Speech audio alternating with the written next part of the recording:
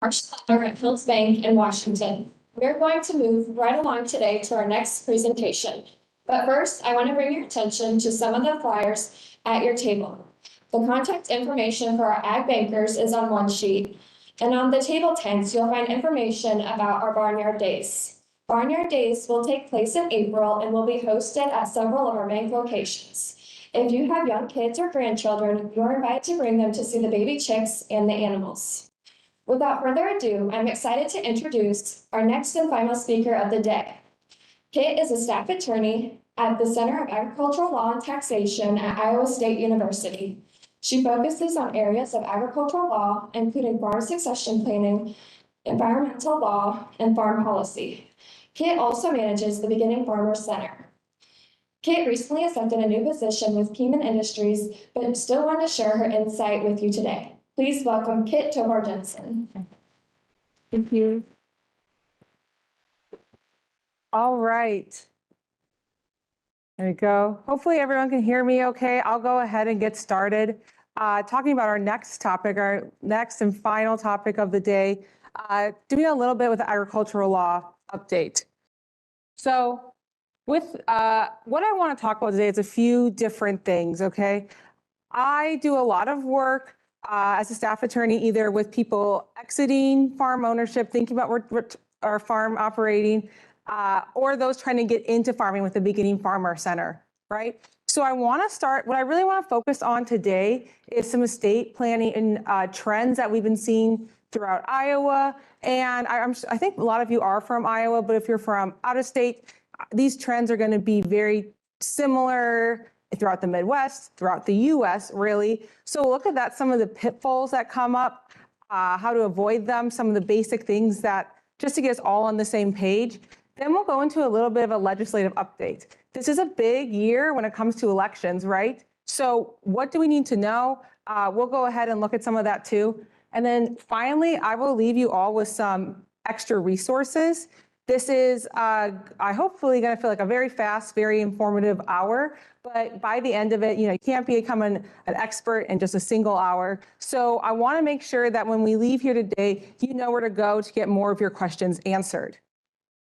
So with that, I'll start with just some key tasks. And the Beginning Farmer Center, a couple weeks ago, we hosted a 2-day conference on farm, estate, and succession planning. So I'm going to try to summarize 2 days worth of what we talked about in this one slide quickly. But when it comes to your farm estate plan, unfortunately, there's not a checklist that you need to do this. This is the same for everybody, right? Because it is so dependent on the individual, on the family, on the farm operation, okay? So one of the most important steps to do is determine what your goals are. And this is something that we can't tell you necessarily what to do.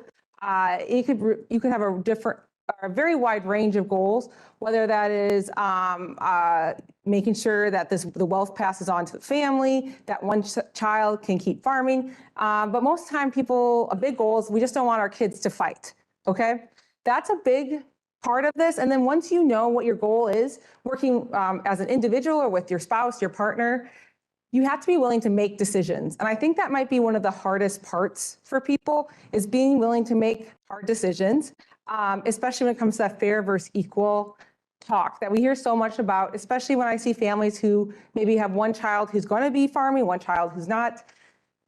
That gets much more difficult, but we don't want to kick the can down the road and let our kids deal with it. It's much easier if you deal with it yourself, okay? So I think that might be one of the hardest steps to do. But after that, we have to remember we're anticipating life events that could disrupt the management and the ownership of the farm. These could be good things. There's new people coming into the family. There's marriages, there's birth. These could be unfortunate things like early disability, death, divorce even. What are our plans if something like that happens? We also need to plan for, well, how is both the management and the ownership of the farm going to be transferred to the next generation? Is that going to be the same person? Is that going to be different people? Do we have, and this is where this gets a little bit more complicated. Does everybody want to have ownership interest in the farm? Or do we have, some people have started to, it's become more common, I think, to say, well, if my goal is to make sure my farming child can keep farming, I'm going to have to give them some extra help, right? It is, working with beginning farmers, it is incredibly hard to get into farming unless you have a leg up. So can we give one child the farm, a lot of the assets, and then is there something else we could do for the non-farming child? A life insurance policy, something like that. That is completely separating ownership and management. But there's other options as well, right? That's kind of an extreme. One is to give all the kids everything, or whoever you want to leave the business to. Finally, then, what you need to do is make sure you're actually communicating your plans. I think that's one of the, maybe not the hardest step, but the one that has the biggest pitfalls, okay? I'm not a master communicator by any means, but with Iowa State Extension, we have a saying, it's called the golden rule. He who has the gold gets to make the rules, right? So what that means is that if you're the one who started this business, you and your spouse, you get to be the one who's making the decisions. But if you forget or you just choose not to communicate what your decisions are, that is where we see so many lawsuits pop up, okay? That's where we see these cases of someone bringing undue influence against their siblings because there's no way mom and dad would have ever done something, made the will the way they did, right? And really, mom and dad, that's what they want to do. They just didn't want to talk about it. So we have to be willing to communicate, even if it's uncomfortable. It can prevent a lot of fighting, a lot of disputes down the road. And those lawsuits are so expensive. They're very invasive, right? A family's whole history is now going through a court record. So we want to avoid that as much as possible. I won't talk about that much more, but I wanted to at least bring that up and have that in the back of your mind. Okay. That's kind of the steps I encourage people to go through. And again, that's a very fast one slide overview. But when it comes to some of the pitfalls we see, we have to remember one issue I see popping up is not understanding how an asset is owned, how it's titled, okay? So that's an incredibly important part of succession planning, estate planning. And we're gonna talk about that because we're seeing a change in Iowa's law that is creating new lawsuits, okay? So we're gonna talk about that. Then I also want to address that for some families, passing wealth down to the next generation, they want to plan for estate and gift taxes. So we are going to look at that, see what legislation might be coming up, but then also see how currently it's really income taxes or basis planning that's it's going to impact more people currently than gift and estate taxes, okay? Now, this could change. Like I said, it's election year. When we get to our legislative update, we'll go more into that. But those are the three things I really want to focus on today. So let's look at some estate planning trends. What I'm looking at here is that every 5 years, and many of you have probably used this or seen this, Iowa State does a farmland ownership and 10-year survey, okay? A lot of data is collected on who's owning farmland, how are you owning it, what are you doing with it, all those sorts of different things. This last time, the Beginning Farmer Center did submit some questions as well, because we're very interested how people are transition planning, how they're bringing on a new generation. So you can see here, we got this white paper last fall, and so it's barely up to date. So we will, I want to look at a few different things.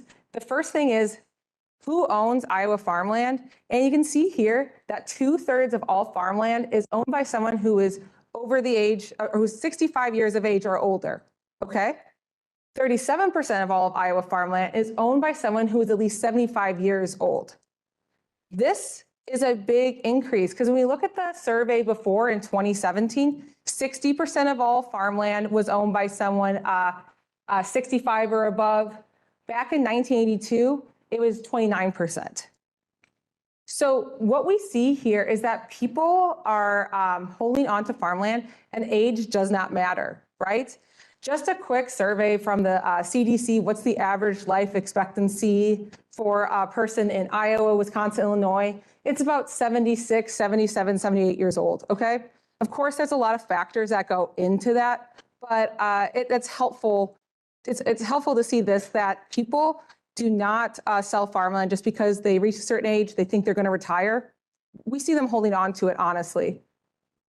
We also see that it really doesn't matter where you live, people are holding on to Iowa farmland. 20% of all of Iowa farmland is owned by someone who is not an Iowa resident. Okay, this is still a big increase, almost a 50% increase from 2017, when it was 13% of all farmland owned by someone who's a non-Iowan.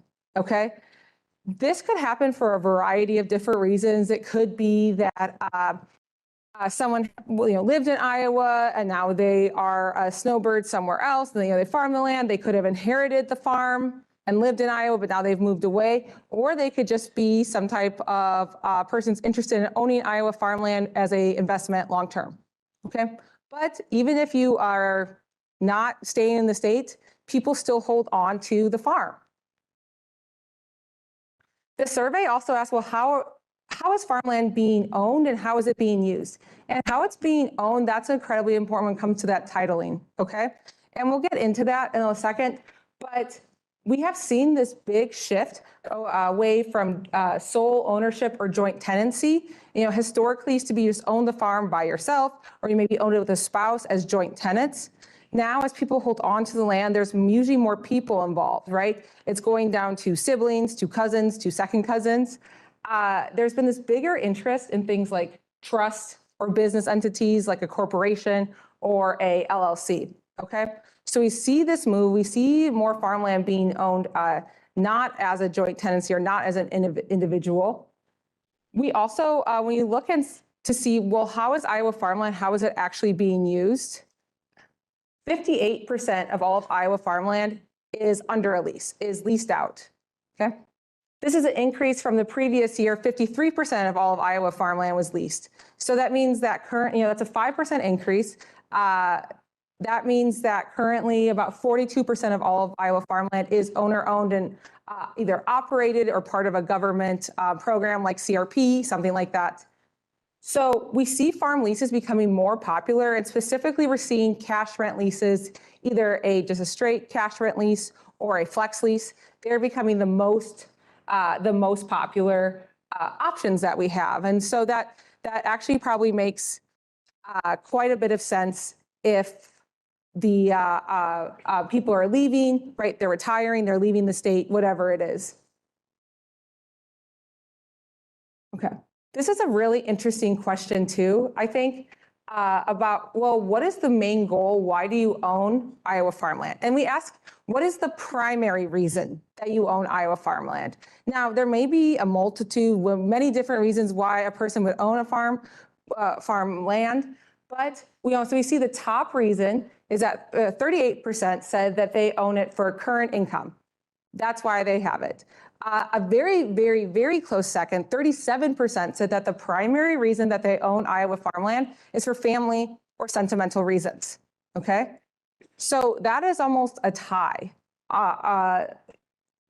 What is the main interest? It's a big increase that back in 2017, I believe it was a 29%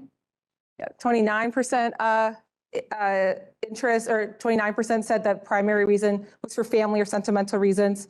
So we see this many times that there is a parallel goals. I won't say competing, but just parallel goals. There is this sentimental reason that people want to own farmland, they want to stay involved, but the finances, the money, it has to make sense, right? If this is your retirement plan, if this is your operation, it's still a business. So how can we make both of those work? And similarly, we see that 75% of all landowners, this was another question submitted by the Beginning Farmer Center. When asked, would you like to sell to a beginning farmer if there's some type of incentive, some type of tax incentive, like a reduction in federal capital gain, something like that? 75% said yes, they really are interested in helping the next generation get into farming. However, half of those people also said that they are very concerned that beginning farmers could not pay top dollars.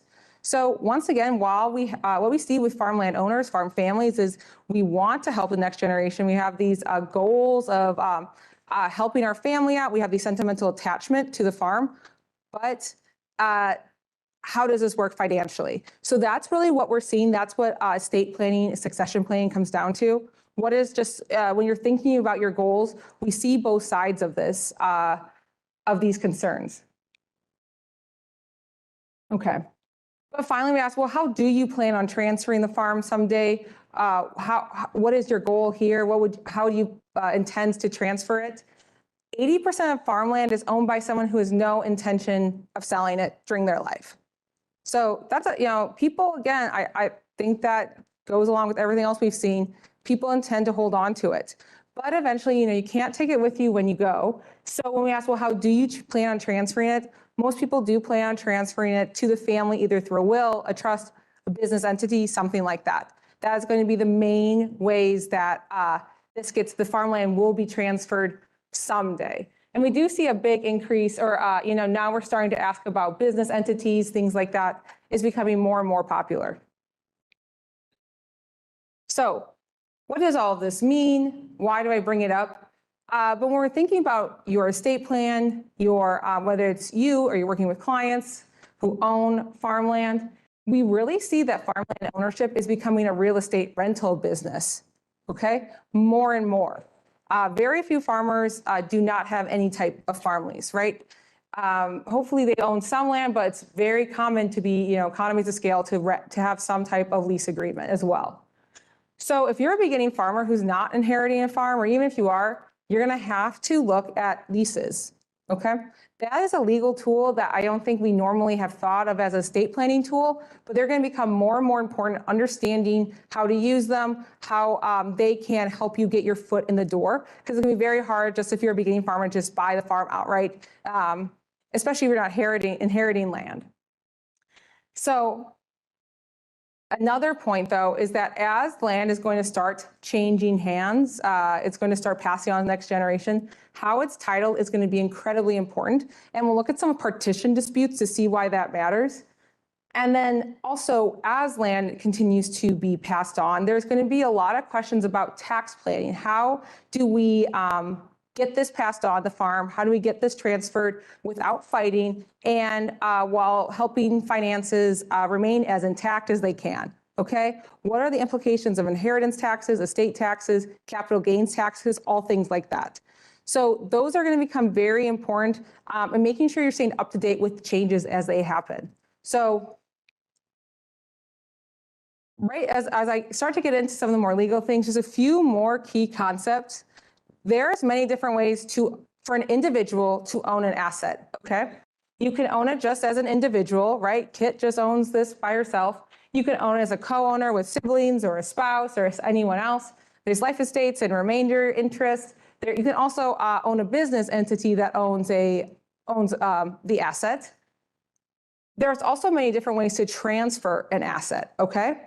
There's this thing called intestacy, where if you don't have a will or an estate plan in place, the state where you live has one for you. They have a formula that kind of sets out, well, who's the closest of kin? We're going to give everything to that person.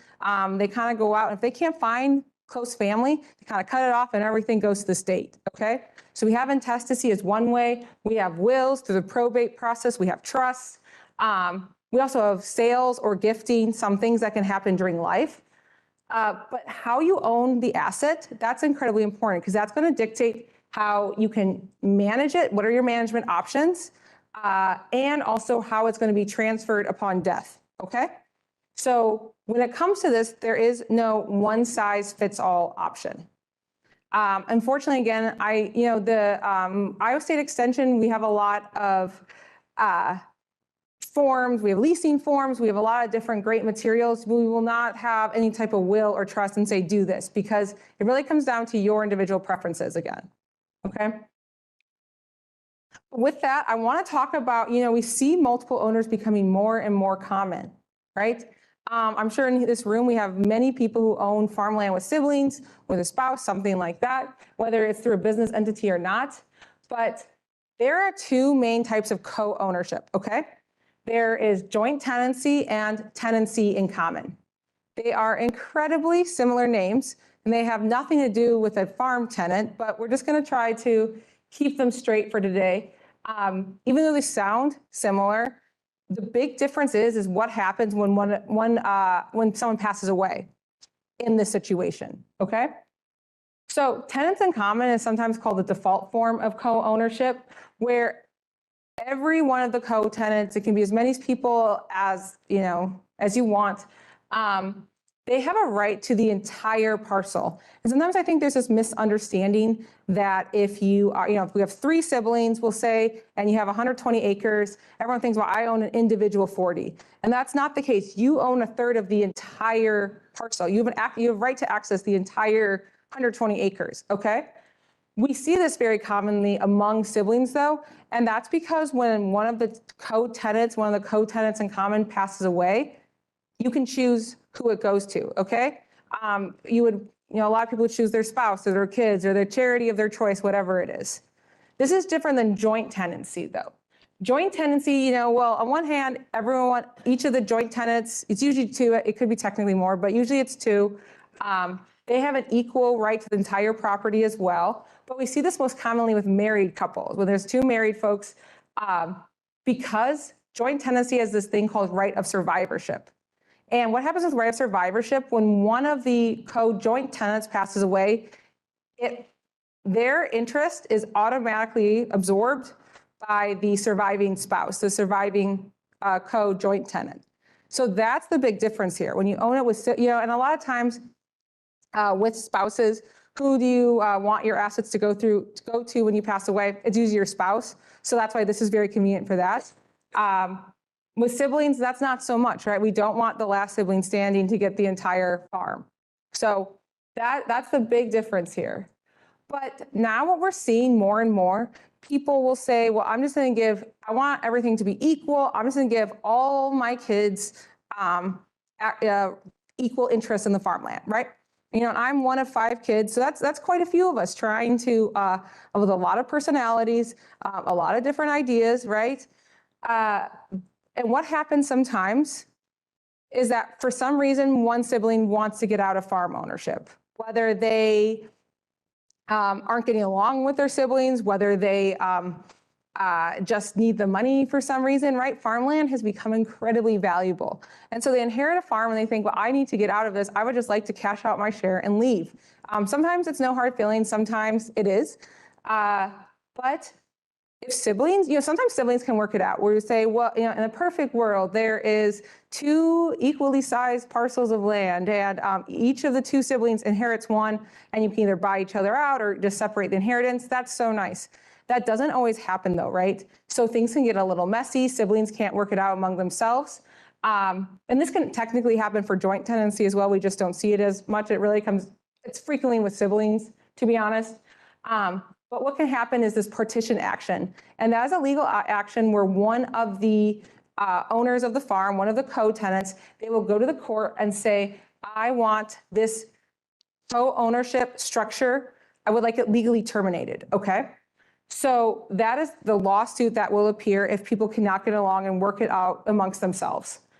Once that lawsuit is filed, so anyone can file it. It could be the farming child, it can be the non-farming child, it can be one of the 2 non-farming children, right? It can be anyone. But what happens at that point is that a judge is going to determine, well, should this land be physically divided up? Should I divide it among all the parties? Or should I order a court sale of this and divide up the proceeds that way? So that is what a judge is going to look at. There's a code there's a chapter in the Iowa Code specifically dedicated to partition actions.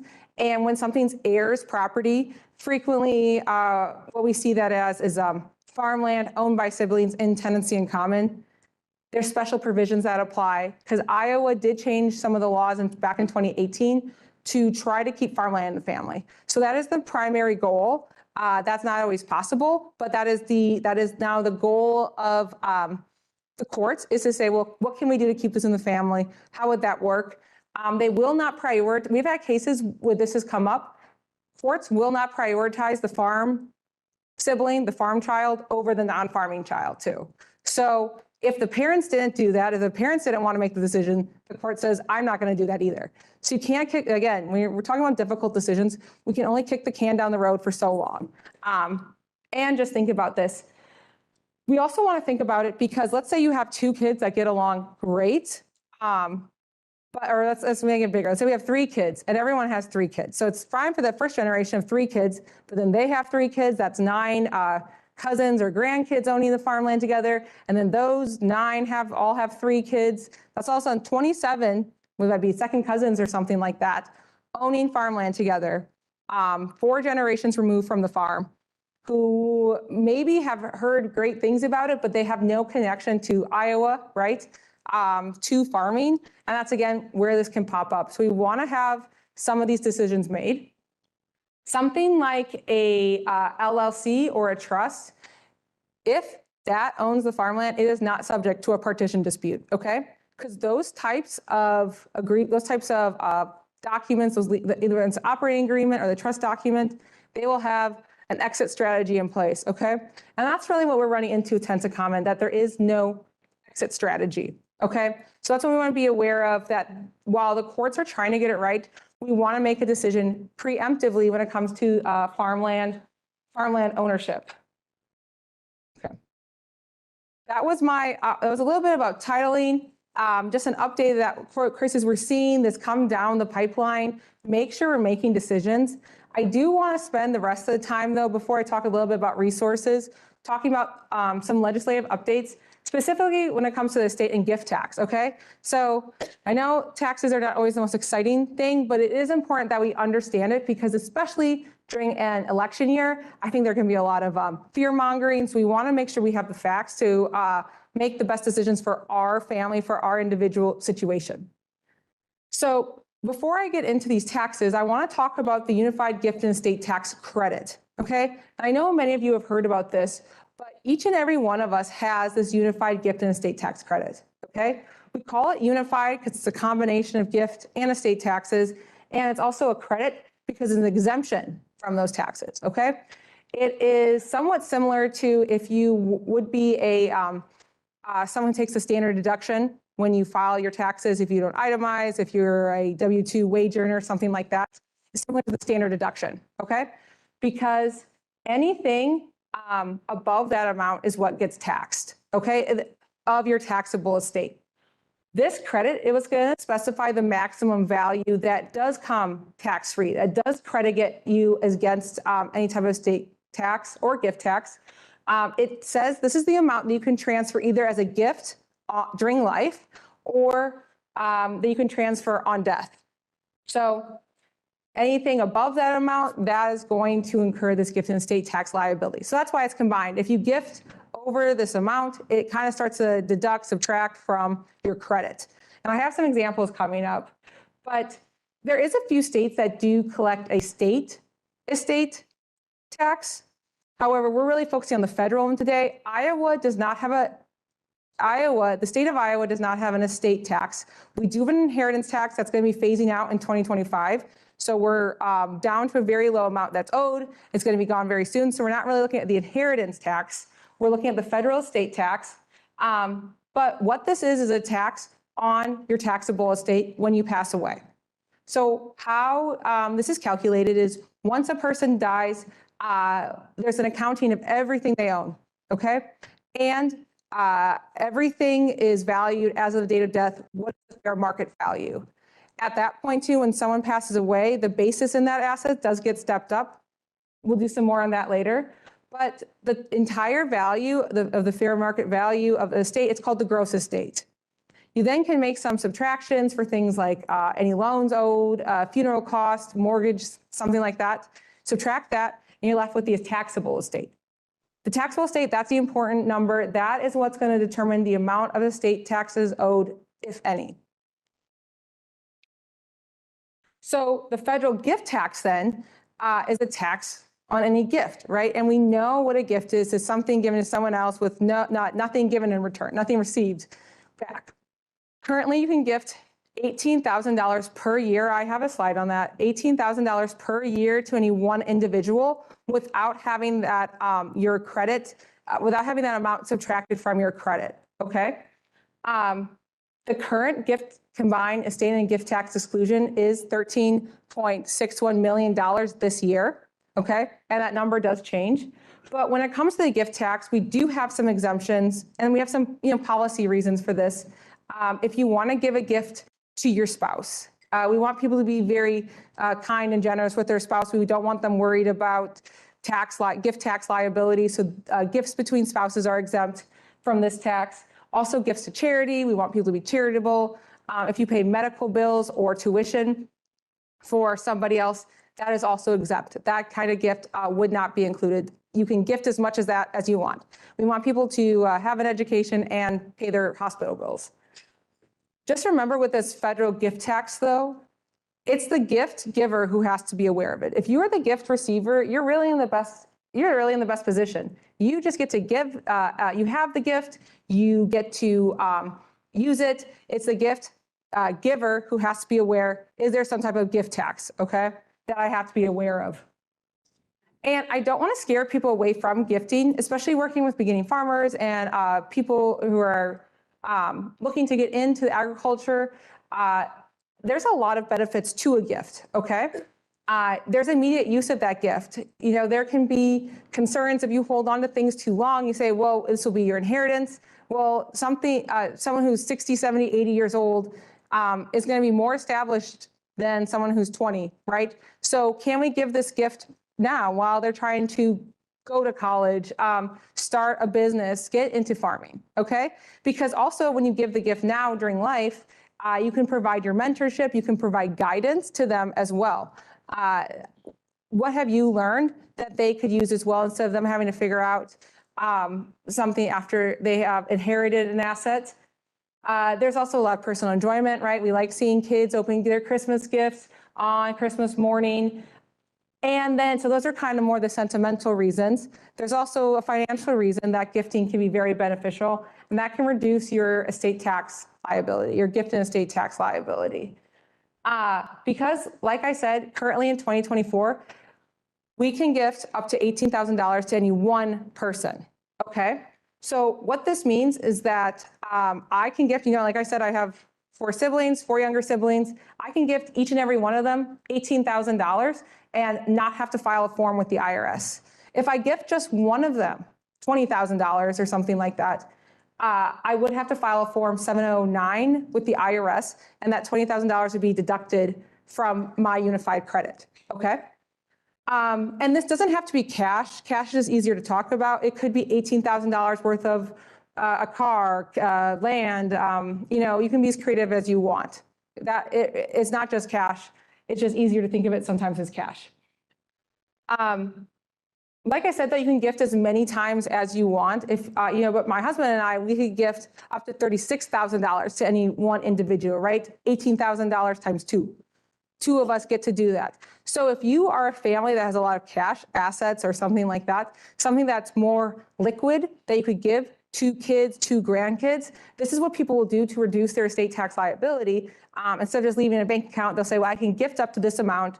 As a married couple, I can gift up to $36,000 of value to somebody, usually a child, grandchild, someone like that.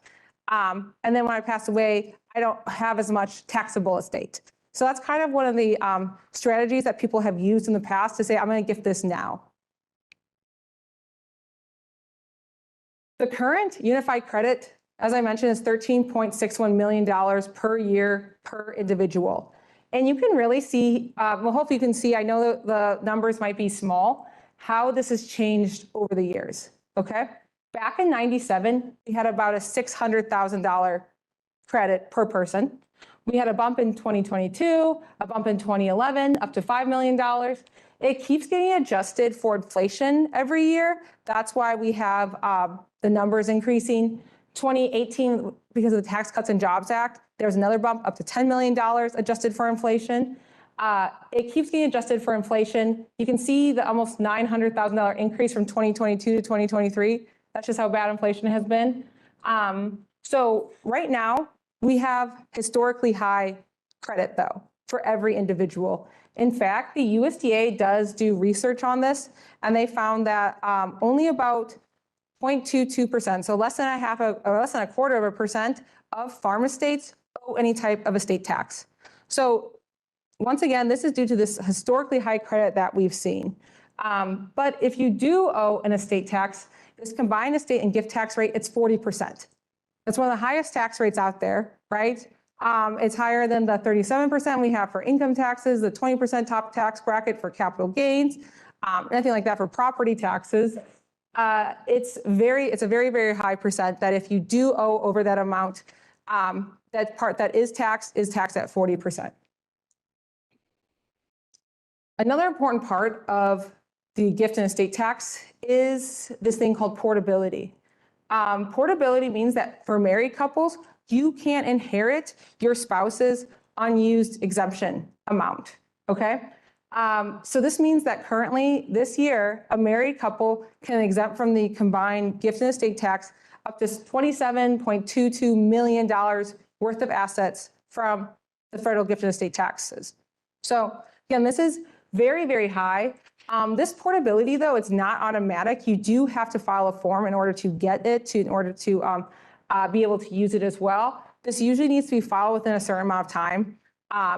There is an extension you can file as well. And this seems this whole talk can seem very morbid, right? We're talking about death, we're talking about taboo topics like finances and family fighting. But we want to be aware of these things now so that if you do find yourself in this situation, if a goal is to pass wealth on to the next generation, if you can just file a form and be able to avoid a 40% tax, this is a very simple way to do it, even though it's very hard to think of it in the moment after you've just lost a life partner. But we want to be aware of this. And even if we don't currently feel wealthy, think that it doesn't hurt to take this portability to file for this. So I have some examples just to make sure we're all on the same page here. Let's say we have Riley here. Riley, he passes away in 2024 this year with an estate worth $16.61 million. These are kind of ugly numbers, but I'm trying to make the math simple for all of us. The current exemption this year is 13.61, right? So the difference between the credit and Riley's estate, his taxable estate, is $3 million. So Riley's estate, not the beneficiaries, that's inheritance tax, Riley's estate would own tax on that $3 million. So at 40%, that is a $1.2 million tax that the state would owe, the East estate would owe. Now, without this tax credit, at 40, his entire value at $16.61 million, that would be a $6.5–7 million tax bill his estate would pay. So this credit is saving him a bit of money. But let's change it up a little bit. Let's say in a different example, we still have Riley here, but this time Riley, he's married, okay? He's married to Taylor. Their estate, their value, their total net worth is still about that $16.61 million. But after Riley passes away this year, his spouse Taylor, she files the Form 706 on time, like she's supposed to. What would happen then when she passes away? I think I'm hearing it. There would be no taxes owed, right? Because that is well beneath the $27 million, right? Because Taylor was able to inherit Riley's unused exemption amount. So it's a combined credit that can make a big difference for married people, that there's nothing owed in this situation.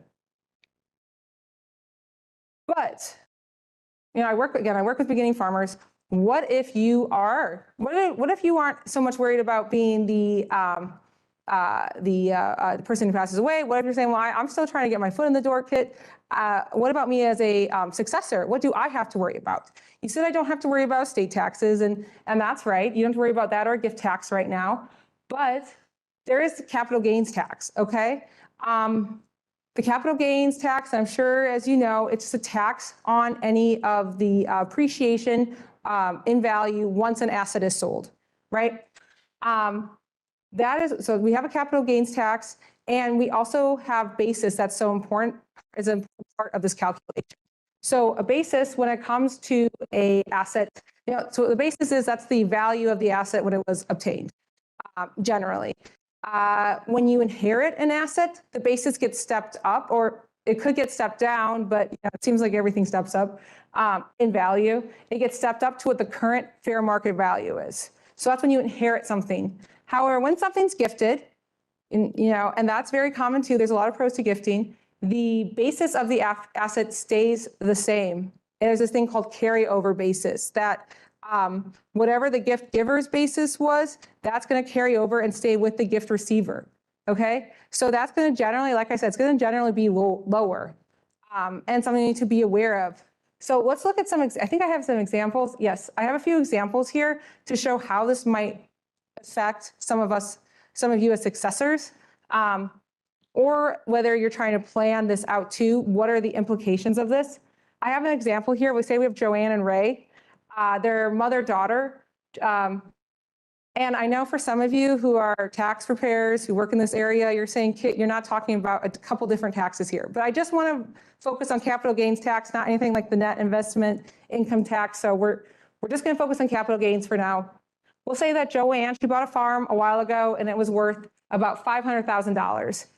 When she passed away, it all went to her daughter, Ray. On death, the farm was worth $1 million, okay? Ray ends up selling the farm for that $1 million. Right? So it's she owns it for more than a year. It's long-term capital gains. The result here is that there would be no capital gains taxes owed. Okay.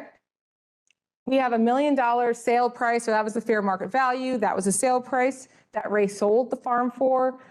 There's also the $1 million basis, because the basis stepped up to the fair market value when Joanne passed away. So here there is no appreciation to tax, even though there was a sale of the farm. Okay, and that's just for capital gains. But again, we'll switch it up a little bit to see how else this could work. What if instead, we still have Joanne, she bought this farm for $500,000. She owns it for 20, 30 years.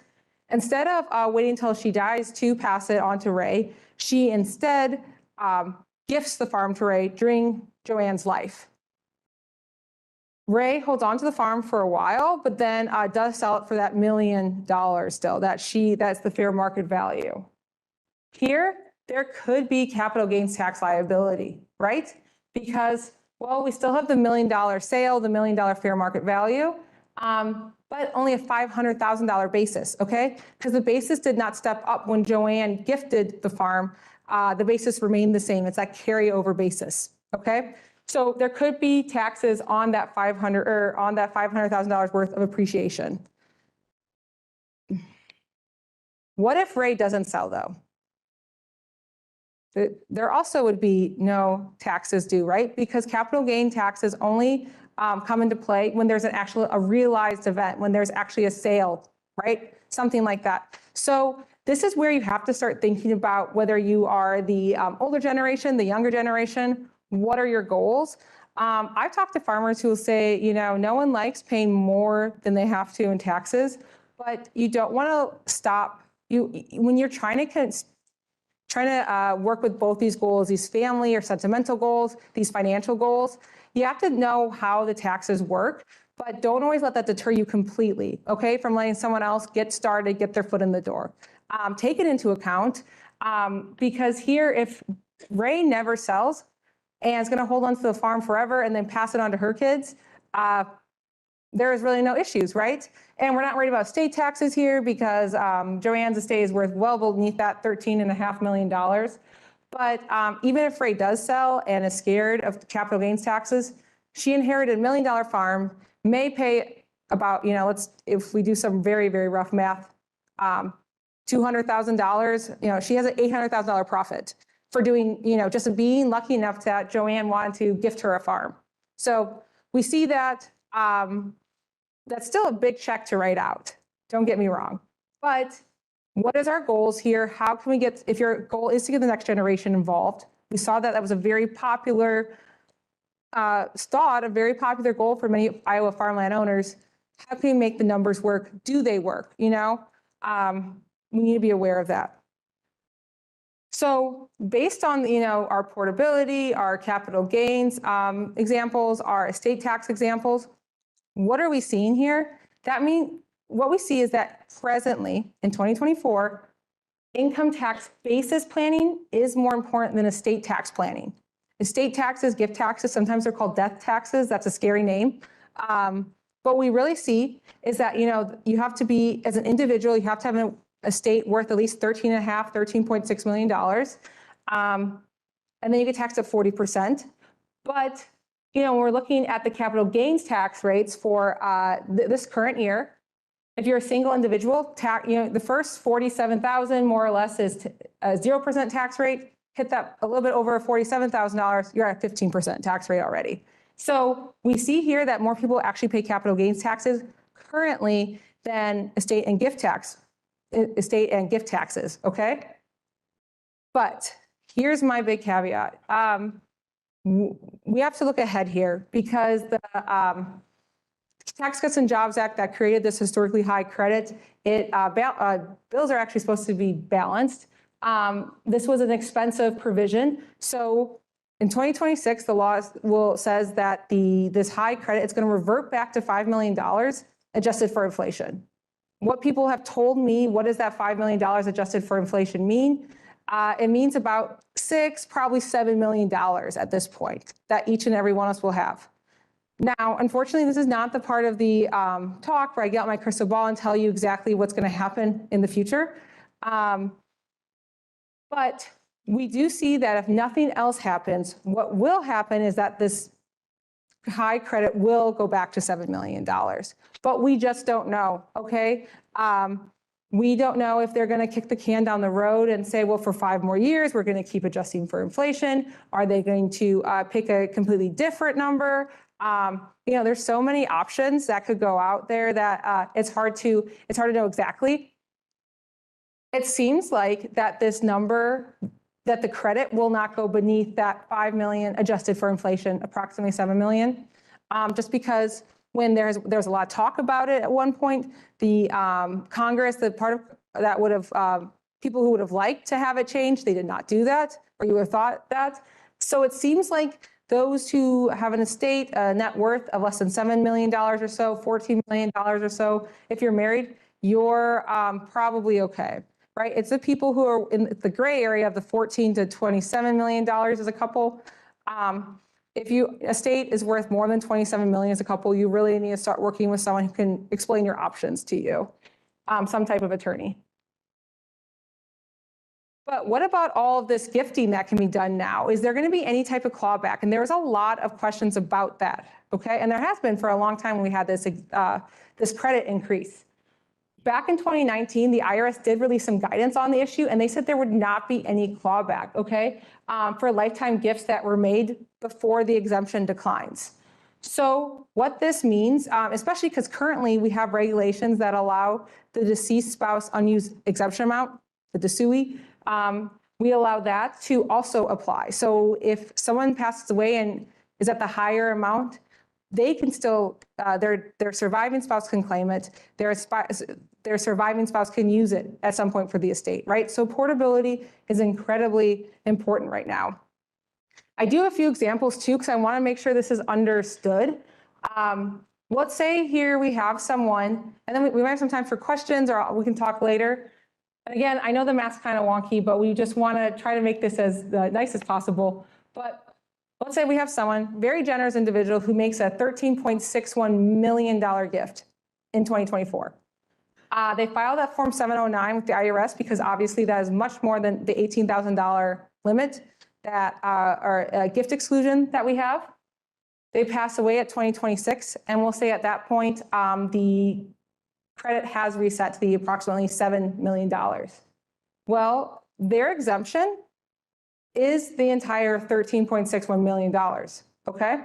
That was the number, that was the amount of credit in place the time they made the gift, so they can use that entire amount. That entire gift would have been sheltered, okay? Even if the exemption does, even if that credit does reset, does sunset at some point. But we'll have a little bit different example here. We'll say someone's a little less generous and they gift $7 million instead. This year, they filed a Form 709 because again, that is the amount that that amount is well over the $18,000 you can gift in a year. This person passes away in 2026 as well, and we'll say that the exemption has reset to that 7 million or so. Well, if that person doesn't have a net worth, doesn't have a taxable estate above the $7 million, they are worth that 13.6 or whatever we saw in the last example, any additional wealth would not be shielded at death from any type of estate tax, okay? This is a use it or lose it type of situation. If you don't use it up, if you don't gift now, it will not be protected. You will not be able to do that later, go back and make gifts, okay? But one thing to think about is what happens if you give $7 million or $13.5 million or that much value away, is that you no longer have that much value, right? If you make a $7 million gift, you no longer have that in your, that you no longer have control over it, right? Once you gift it, you can't get it back. So it is very important. I see this a lot with parents. They're almost over generous, honestly. They will do whatever they can to help their kids, and that is, very noble. But we have to make sure that when you go on a plane, they tell you to put on your own oxygen mask before you help someone next to you. It's kind of the same concept, honestly. Make sure your retirement's taken care of. Don't let yourself become destitute just because there's this fear, okay? So take care of yourself. Some of this does come down to risk tolerance as well, though. Do you feel more comfortable knowing that, something could be taxed, or do you feel more comfortable knowing, well, I might not have enough money to live off of if I live past a certain age, So you have to, that's really a personal decision. One more example, as I'm getting towards the end. What about portability? What's going to happen with portability? And let's say we have a spouse who passes away in 2024, and they leave behind a $13 million unused exemption amount. So that's what they're leaving. They only use a small percentage, or a really small amount of their credit. Their surviving spouse does elect portability, right? Their surviving spouse lives until 2026. And at that point, the exemption does reset to $7 million. So what we see here is that under current regulations, the deceased spouse unused exemption amount, that $13 million or so, that could apply as well from the first spouse that passed away. Then the surviving spouse, when they passed away, there's about a $7 million amount as well. So this couple here could exempt from estate taxes about $20 million total, okay? So like I said, portability is incredibly important at this pace for people, especially if we do see a situation where they can stick down their road for 5, 10, 15 more years. This is going to benefit a lot more people. If portability was not elected, it'd only be about a $7 million exemption for the surviving spouse, okay? So be aware of this, that portability is also even more important than it has been. So when it comes to that lower exemption amount, really, like I said, no one knows what is going to happen exactly. No one knows what Congress will do. Will it, if nothing happens, it will sunset, okay? And that could be a plausible situation, right, where it's very hard to get movement. But there's a wide variety of in between upping it and choosing a different number. There's just a wide variety of, or just who knows, okay? So this is so important that you guys keep coming to things like that to stay up to date. It is very impossible, or very possible that so it could go back down to that $7 million. So you should begin to have talks with your tax advisor, with your attorney, if your estate is above that, that amount, okay? What are possible tax strategies? What is your risk tolerance to this? If your spouse does pass away, I would encourage people to consider electing portability. If that, we want our kids, our heirs, or the charity, whoever, to have as much wealth as possible. This is a good way to do that, just by following that form. And for some people who do have more liquid, it's just harder. We talked a lot about farmland today. It's harder to do that with farmland. Could be gifted, but it's hard to gift an acre or something like that if you don't want to go over the gifting amount. But if you do have any type of assets that can be gifted and you are above that basic exclusion threshold, gifting strategies may be very important as well. So if you do not have an attorney at this point, I would really encourage you to find one. Because if there is a change, it's going to be very hard to get into anyone at that point, right? You should find someone that you feel like you can work with, who listens to you, who answers your questions. You need to start doing that search now if you have not, because they're going to be incredibly important if there is a change, right? A lot of pitfalls happen. Some of them are common sense, really, like the communication piece I talked about. easier said than done, but that's a little bit common sense. Some of the stuff is incredibly technical. We do see issues pop up where someone tries to do something on their own. A farm family, they say, I don't want to pay an attorney, I'll just do it myself. And something, they cost a lot of headache, heartache, and a lot of financial pain as well. So get an attorney who understands this. Like I said, extension, we do have forms for things like leases or how to write a business agreement, anything like that. But when it comes to the will, something like LegalZoom, which I'm sure you guys have heard about, they may have a will or something like that on there. This does not work for farm families, for people with family businesses, okay? Make sure you're working with someone who understands it, and also make sure you have someone who's actually experienced in this area. If you, or, and ask around. If you're working with someone who, if you're an attorney who only does divorce and criminal law, that's not the person you want to ask to do this type of thing. But if you're friends with them, ask, well, who would you recommend? Is there someone else you know? Start looking now. Don't cut corners, because we also have a saying with extension that help me is going to cost you less than fix me, okay? The cost of having legal errors or kind of those technical errors can really paying a little bit more from the get-go is going to save you a lot of money in the long run, and a lot of fighting, which I think is another big, big goal for people. So I'm just going to wrap up in case people need to get going, but I want to point you guys to some resources really quick that we have. Please check out the Center for Agricultural Law and Taxes website. We have a ton of free resources that are for either farmers, beginning farmers, agribusiness professional, lawyers, anybody like that, that if there's anything that impacts a farm, we have a website for, we have information on it probably. You also, maybe you can see in the top, in that tab there's a Beginning Farmer Center tab as well. So I think we have a table from Kirkwood here. We have some younger folks, like, please check out the Beginning Farmer Center as well. Then I also want to tell you about this estate succession planning workbook that we created in the last year or so, because our center, we would get calls about, well, I need to get my estate plan together, but I don't even know what to ask you. I don't even know where to begin. Start with this book, okay?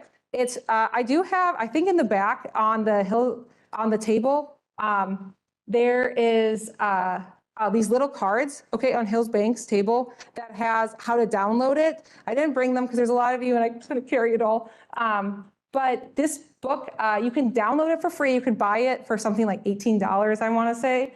But it has an overview of farm estate succession planning. How do you own property? Like I said, the titling. How does something get transferred on death? What are some tax mitigation strategies that farmers can employ? Do I need a business entity? All sorts of things like that. So I encourage you to pick up these little sheets that will tell you how to either access the book online or purchase a physical copy if that's more what you would like. Check out the Beginning Farmer Center website as well, okay? There's a lot of free resources there. You can get to it from the Center for Ag Law and Tax website. So I encourage you guys to find this, or I can help get you access to it as well. But with that, that is all I have.